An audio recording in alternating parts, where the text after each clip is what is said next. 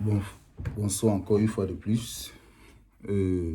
Cette vidéo-ci, aujourd'hui, est faite pour tous ceux qui sont présents ici en Russie et qui ne parviennent pas à trouver du boulot à travers l'application Avito.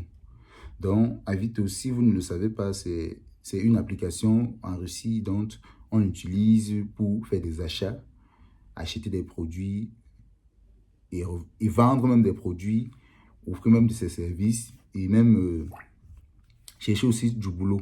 Et tu peux même être un entrepreneur, tu postes sur Avito, tu postes tes services sur Avito, quelqu'un vient te solliciter au fait.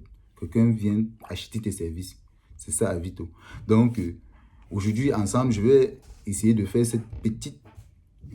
préparer certaines questions que les employeurs généralement au fait, posent, surtout quand on est nouveau ici en Russie, et on ne sait pas comment répondre. On ne sait pas quel est ce que l'employeur veut. C'est simple, c'est très simple, c'est très simple. Et nous allons débuter, pas pour longtemps.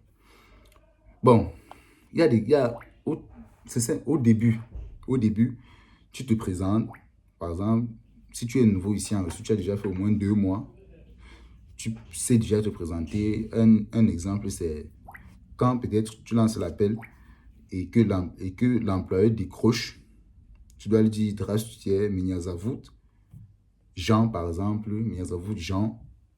Я живу в Ryazan. Tu donnes le nom de ta ville. Quand tu te présentes, tu donnes le nom de ta ville. Et tu lui dis, tu lui donnes maintenant la cause, pourquoi tu l'appelles. Pourquoi je l'appelle? Я звонил в который на работать. Je vous appelle pour le travail. Je vous appelle pour le travail. Et maintenant, généralement, ils vont te poser la question. Au fait, là, c'est le palais, au fait, que je vous donne. L'emballage, c'est déjà, j'ai tout dit. J'ai tout dit. Maintenant, si le travail n'est pas disponible, l'employeur peut vous dire, извините, ваше работать у нас нет места вакансии. Donc, nous n'avons pas de poste vacant pour le moment. Donc, vous pouvez, donc, vous можете звонил завтра, послезавтра. Donc, когда у нас будет есть место вакансии, мы будем звонить вам. Donc, vous pouvez appeler demain ou après-demain. Quand nous aurons un poste vacant, nous allons vous appeler. C'est simple. Et pour cela, je vais passer à un exemple ici. Je suis là sur Avito. J'essaie de faire, au fait, d'appeler pour que vous voyez un peu comment ça se passe pour les nouveaux ici en Russie. Et ça pourra vous aider, évidemment. Un exemple sur celui-ci. Au fait, vous pouvez aussi appeler un employé, vous faire comprendre que non. Il faut avoir la nationalité russe pour ce poste également. Vous pouvez l'appeler, il vous fait comprendre que non. Le poste que nous avons, ce n'est que pour les natifs. C'est normal, dans un pays, il y a toujours le travail. Les natifs sont toujours prioritaires. Donc, on peut pas, il y a les postes qu'un étranger ne doit pas occuper. C'est normal. Même au pays, il y a des choses que les étrangers ne peuvent pas faire. Ils ne sont pas chez eux, après tout. Donc, il y a les postes qu'on accorde seulement aux Russes. Donc, quand vous appelez, ne soyez pas frustrés. Habituez-vous à ça.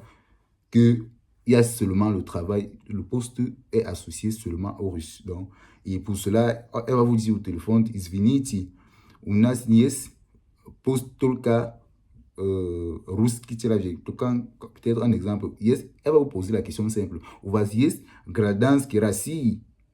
Какая гражданский у вас есть? Quelle nationalité aviez-vous? У вас есть гражданский России? Yes, c'est à toi de voir. Si quand tu dis non, par exemple, si tu es congolais, il y a Congo, par exemple. Si tu es congolais, elle va dire désolé, nous ne pouvons pas t'accorder le poste. Donc, ce n'est que pour les Russes.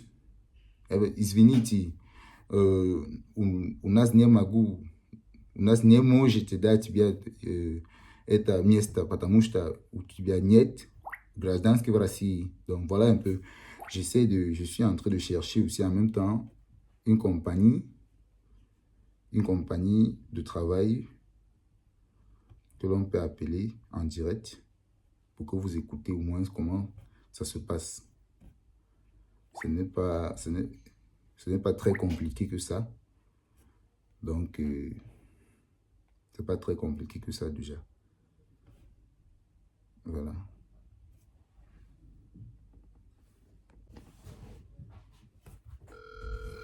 Là, j'ai essayé, j'essaye, j'appelle comme ça. Je suis en direct sur Avito. Voilà comment ça se présente. Donc, j'essaye. Si la personne décroche, vous allez un peu voir comment ça se passe.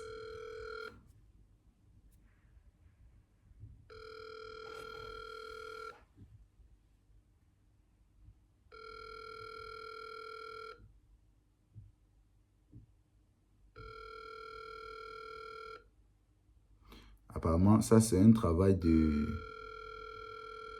chantier. La journée, ça coûte 2500 francs. Ah, je dis même 2500 roubles. Donc, si la journée, au fait, la journée, généralement, c'est 9 heures de temps de travail avec 1 heure de pause. Apparemment, la personne n'est pas en ligne. Nous allons essayer d'autres personnes. Nous essayons encore une autre compagnie pour que vous puissiez suivre comment ça se passe.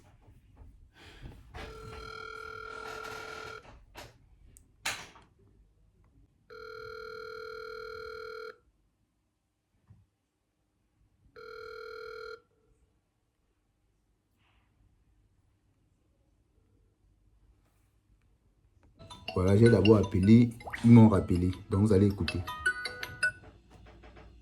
Allô? Allô? Да, здравствуйте. Меня зовут Патив Яник. Я звонил вам, дела на работу.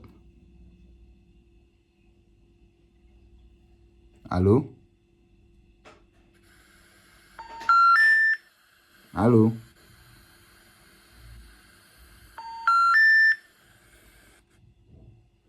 Bon, je sais pas ce qu'il fait. Bon, patientons. On va chercher d'autres encore.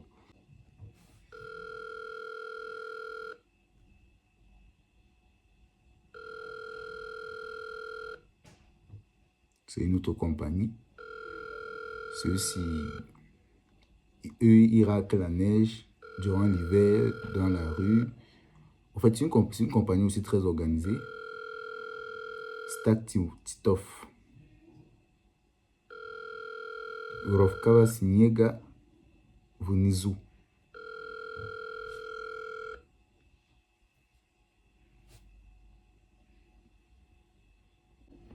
Bon, chers abonnés, chers frères et sœurs, regardez, au fait, j'ai eu à demander du travail dans une laquelle tu es. Téléphone, ton téléphone, dans le numéro de ton contact, quoi. Visprac. Visprac, c'est, comme on disait tout à l'heure, vos races,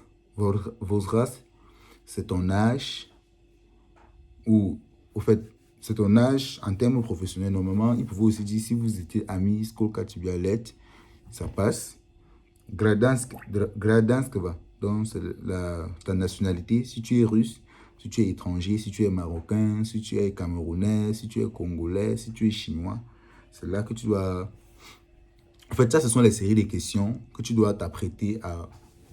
Tu dois savoir, en fait, déjà qu'une compagnie sérieuse doit te poser. Et s'il le faut, moi, je dis ça toujours aux gens, choisissez l'option de rencontrer la personne ou le directeur de l'entreprise pour que vous puissiez vous asseoir quelque part ou dans un restaurant, vous causer. Si vous ne pouvez pas causer, c'est simple. La langue ne doit pas être une difficulté. Celui qui veut peut. Tu réussis à prendre le contact de l'employeur sur Avito, l'application Avito. Qu'est-ce que tu fais ensuite? Vous vous écrivez, tu l'écris ou tu l'appelles, tu prépares déjà tout tes questionnaires ici, que tu vas, au fait, lorsqu'il va décrocher ton appel, tu vas directement lui dire, je m'appelle, par exemple, Jean Bruno, et je vis à Toula, par exemple, mon téléphone est celui de tu donnes ton numéro de téléphone, j'ai tel âge, tu te prépares comme, tu fais toutes ces traditions-là en russe, donc tu te prépares déjà comme ça. Et je suis peut-être guinéen, je prends un exemple. Maintenant, lorsque tu vas donner toutes ces informations-là, il peut te poser qu'est-ce que tu sais faire? En fait, что tu можешь делать? Tu vois un peu, qu'est-ce que tu peux faire dans l'entreprise? C'est simple. Si tu as un débourrage, que tu veux tout, que tu peux tout faire, bis razni. C'est que tu peux.